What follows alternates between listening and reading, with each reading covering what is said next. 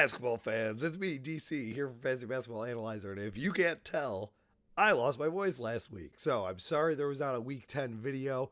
I could not speak. I'm recording this, late Friday? And this is as far back as my voice is.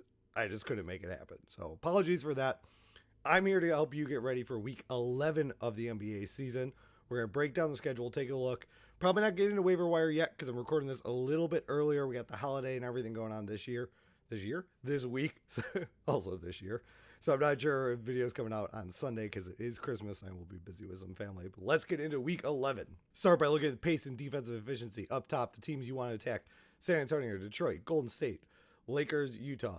Golden State's defense is not one of the weakest anymore, but their pace is up high. In fact, that's the highest pace in the league right now. So it makes it a juicy matchup just because they're going to get running. You know, we got to see Golden State and Indiana go against each other twice in the last couple of weeks, and both of them have very high paces. And we've seen what those nights can produce. Down at the bottom, the teams you want to avoid: Cleveland, Clippers, Philly, Milwaukee, Miami, Dallas. I don't think there's any shocks. Boston maybe not being completely down there at the bottom. Maybe it's a little bit of a surprise, but they're pretty close in that group. It's just point-wise, they're not quite there. Anyway, we're going to take this and apply it to the Week 11 schedule. All right, Week 11 is pretty balanced. I mean, the first thing that should jump out at you: Portland only has 2 games. Weekly lock league, they're just not usable. Charlotte, Golden State matchups, you don't mind those, but it's only 2 games. For everything else, we've got 15 teams with 4 games, and the remaining 14 teams have 3 games. So pretty even split. You can play whoever you really need to. Obviously, 4 games is better. The schedule's not as weird. Week 11 is after we just got past New Year's Day, so there's not all the holiday disruptions that we've seen over the last couple of weeks that we have to take into mind. A little warning for you that next week, Week 12, Washington only has 2 games, so be on the lookout for that. But otherwise, let's look at the back-to-backs. Back-to-backs are pretty spread out. No team has 2 sets of back-to-backs, so we don't have to think about that with the 4-game weeks.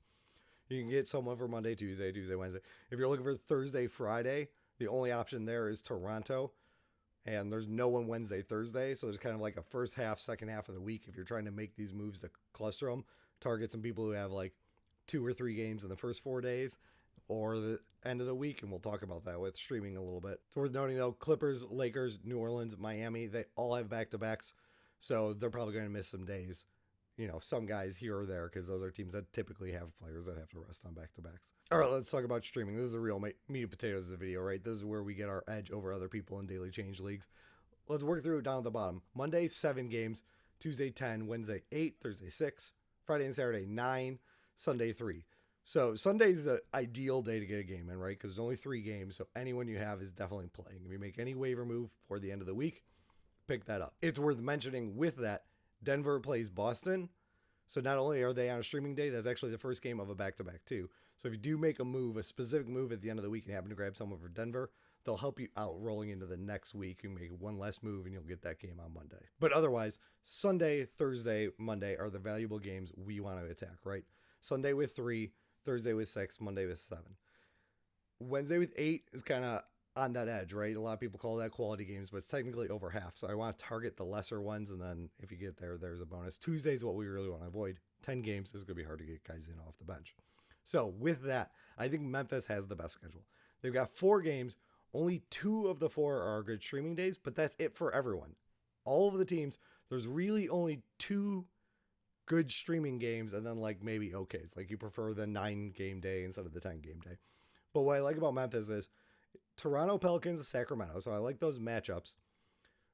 I mean, there's Phoenix also on Tuesday, but I'm focusing at the end of the week. If you look where it's highlighted, they get 3 games in 4 nights. And Saturdays, there's 9 games. Maybe you can work them in against the Pelicans, but you get that Sunday ideal day to have someone, and Thursday at 6. So the lowest 2 days. And they're the only team that has the lowest 2 days. So I think they're the best, but it's probably splitting hairs. If you look at Chicago, Detroit, Miami, Minnesota, New Orleans, all of these teams have at least 2 good streaming days. Most of them, though, are for the first half of the week. You know, I highlight them all. These are teams with 4 games. They play Monday, Wednesday, so they get the 7 and 8 game days. And then they get the back-to-backs, for the most part, on Friday and Saturday. So, like, Chicago gets Detroit and Cleveland back-to-back. Those are 9-game days, but you'll probably get someone in there, even though it's not quite as valuable, but you definitely got them for the first half. So, Chicago, Detroit, Miami, Minnesota, New Orleans. I attack them for the first half of the week and then pivot to Memphis, potentially. Memphis does have a 4-game week if you just want to pick them up and go with that. So I think there's a lot of options, a lot of ways you can go with it. Right now, I'm recording this a little earlier. It's Friday. I don't like doing the waiver wire this early because injuries and stuff can happen and things can change. This should hopefully give you a framework, what you can look for. And I'll try and see if I can come back and do a waiver video for you this weekend. I'm not sure with the holiday. We got some road travels. We got crazy snow here in Michigan. But my voice really can't handle a longer video. So happy holidays if you celebrate. If not, I hope you just get a restful weekend. Hope you do well in week 10 without my help. But I want you to go out there, week 11, win your week. Thank you so much for watching. If you made it this far, please hit the like button and leave a comment down below. It helps me grow the channel. If you want more videos like this, hit subscribe or even the little bell will give you alerts. And I'll be back soon with another video for you.